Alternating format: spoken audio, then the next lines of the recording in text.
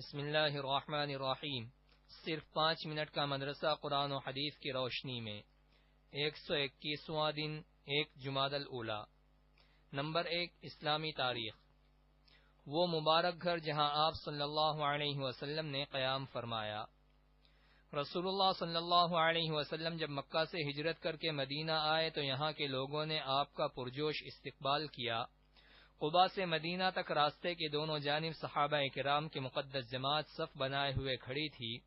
جب آپ مدینہ میں داخل ہوئے تو ہر قبیلے اور خاندان والا خواہش مند تھا اور ہر شخص کی دلی تمنا تھی کہ حضور صلی اللہ علیہ وسلم کی میزبانی کا شرف ہمیں نصیب ہو۔ چنانچہ آپ کی خدمت میں اونٹنی کی نکیل پکڑ کر ہر ایک عرض کرتا کہ میرا گھر، میرا مال اور میری جان سب کچھ آپ کے لیے حاضر ہے، مگر آپ انہیں دعائے خیر و برکت دیتے اور فرماتے اونٹنی کو چھوڑ دو، یہ اللہ کے حکم سے چل رہی ہے، جہاں اللہ کا حکم ہوگا وہیں ٹھہرے گی۔ اونٹنی چل کر حضرت ابو ایوب انصاری رضی اللہ عنہ کے مکان کے سامنے رک گئی۔ سیدنا ابو ایوب انصاری رضی اللہ عنہ نے انتہائی خوشی و مسرت کے عالم میں کجاوا اٹھایا اور اپنے گھر لے گئے۔ اس طرح انہیں رسول اللہ صلی اللہ علیہ وسلم کی میزبانی کا شرف حاصل ہوا۔ آپ نے 7 ماہ تک اس مکان میں قیام فرمایا۔ نمبر 2، اللہ کی قدرت۔ انسان کی پیدائش 3 اندھیروں میں۔ کائنات کی سب سے حسین ترین مخلوق انسان، جس کے لیے اللہ تعالی نے اس کارخانہ عالم کو وجود بخشا ہے، اس کی تخلیق اللہ تعالی جہاں کر رہے ہیں وہ جگہ نہ بہت بڑی ہے اور نہ وہاں روشنی کا انتظام ہے، نہ وہاں کوئی کام کرنے والے ہیں، بلکہ اللہ تعالیٰ ایک تنگ جگہ ماں کے پیٹ میں 3 اندھیروں میں اس کی تخلیق کر رہے ہیں، جبکہ دنیا میں مینوفیکچرنگ جہاں ہوتی ہے وہاں کئی ایکڑوں پھیلی ہوئی زمین ہوتی ہے، روشنی اور قمقمے لگے ہوتے ہیں اور بے شمار کام کرنے والے ہوتے ہیں، یہاں کچھ بھی نہیں، پھر بھی اللہ تعالیٰ انسان کی پیدائش کر رہا ہے، یہ اللہ کی بڑی زبردست قدرت ہے۔ نمبر 3، ایک فرض کے بارے میں۔ اللہ تعالیٰ سب کو دوبارہ زندہ کرے گا۔ قرآن میں اللہ تعالیٰ فرماتا ہے، اللہ وہ ہے جس نے تم کو پیدا کیا اور وہی تمہیں روزی دیتا ہے، پھر وقت آنے پر وہی تم کو موت دے گا اور پھر تم کو وہی دوبارہ زندہ کرے گا۔ فائدہ: مرنے کے بعد اللہ تعالیٰ دوبارہ زندہ کریں گے، جس کو بعث بعد الموت کہتے ہیں، اس کے حق ہونے پر ایمان لانا فرض ہے۔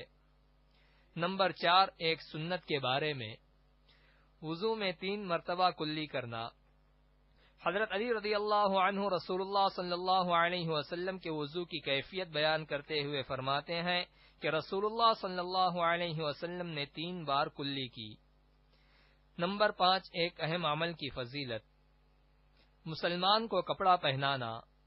رسول اللہ صلی اللہ علیہ وسلم نے فرمایا، جس نے کسی مسلمان کو کپڑا پہنایا، جب تک اس کے بدن پر اس کا ایک دھاگا بھی رہے گا وہ اس وقت تک اللہ کی حفاظت میں رہے گا۔ نمبر 6، ایک گناہ کے بارے میں۔ والدین کی نافرمانی اور ظلم کرنا۔ رسول اللہ صلی اللہ علیہ وسلم نے فرمایا، تم ظلم و ستم کرنے سے بچو، کیونکہ ظلم و ستم سزا دوسری سزاؤں کے مقابلے میں سب سے جلدی ملتی ہے، اور والدین کی نافرمانی سے بچو، خدا کی قسم والدین کا نافرمان جنت کی خوشبو بھی نہیں پائے گا، جبکہ جنت کی خوشبو 1000 سال کی دوری سے محسوس ہوتی ہے۔ نمبر 7، دنیا کے بارے میں۔ 2 عادتیں۔ رسول اللہ صلی اللہ علیہ وسلم نے فرمایا، جو شخص دینی معاملے میں اپنے سے بلند شخص کو دیکھ کر اس کی پیروی کرے اور دنیاوی معاملے میں اپنے سے کمتر کو دیکھ کر اللہ تعالیٰ کی عطا کردہ فضیلت پر اس کی تعریف کرے تو اللہ تعالیٰ اس کو ان دونوں عادتوں کی وجہ سے صبر کرنے والا اور شکر کرنے والا لکھ دیتے ہیں، اور جو شخص دینی معاملے میں اپنے سے کمتر کو دیکھے اور دنیاوی معاملے میں اپنے سے اوپر والے کو دیکھ کر افسوس کرے تو اللہ تعالیٰ اس کو صابر و شاکر نہیں لکھتے ہیں۔ نمبر 8، آخرت کے بارے میں۔ جنتی کا دل پاک و صاف ہوگا۔ قرآن میں اللہ تعالیٰ فرماتا ہے، ہم ان اہل جنت کے دلوں سے رنجش و کدورت کو باہر نکال دیں گے اور ان کے نیچے نہریں بہہ رہی ہوں گی، اور وہ کہیں گے اللہ کا شکر ہے جس نے ہم کو اس مقام تک پہنچایا، اور اگر اللہ ہم کو نہ پہنچاتا تو ہماری کبھی یہاں تک رسائی نہ ہوتی۔ نمبر 9 طب نبوی سے علاج کرنے والوں کے لیے اہم ہدایت۔ رسول اللہ صلی اللہ علیہ وسلم نے فرمایا، اگر کسی نے بغیر علم اور تجربے کے علاج کیا تو قیامت کے دن اس کے بارے میں پوچھا جائے گا۔ فائدہ، مطلب یہ ہے کہ اگر حکیم یا ڈاکٹر کی ناتجربہ کاری اور اناڑی پن کی وجہ سے مریض کو تکلیف پہنچی ہے یا وہ مر جاتا ہے تو ایسے حکیم اور ڈاکٹر کی قیامت کے دن گرفت ہوگی۔ نمبر 10 قرآن کی نصیحت۔